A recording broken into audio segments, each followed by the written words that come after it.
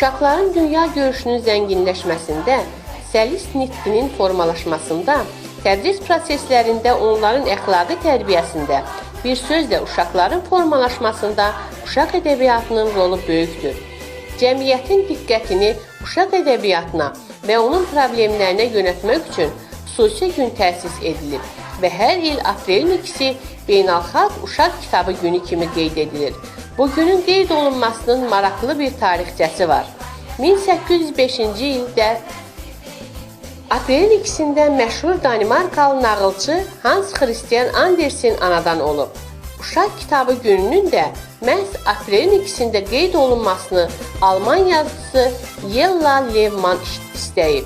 1967-ci ildən başlayaraq Uşaq Kitabları üzrə Beynəlxalq Şuranın təşəbbüsü ilə 2 aprel bütün dünyada Beynəlxalq Uşaq Kitabı Günü kimi qeyd olunur.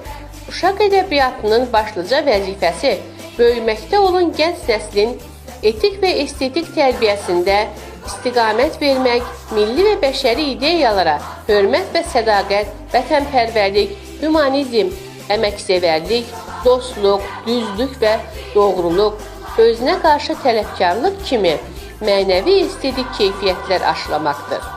Bu əlamətlər günün qeyd olunmasında məqsəd cəmiyyətin diqqətini uşaq ədəbiyyatına, onun problemlərinə cəlb etmək, uşaqların intellektual inkişafında kitabın rolunu artırmaq, kitaba sevgi aşılamaq və diqqəti uşaq kitabının nəşrinə yönəltməkdir.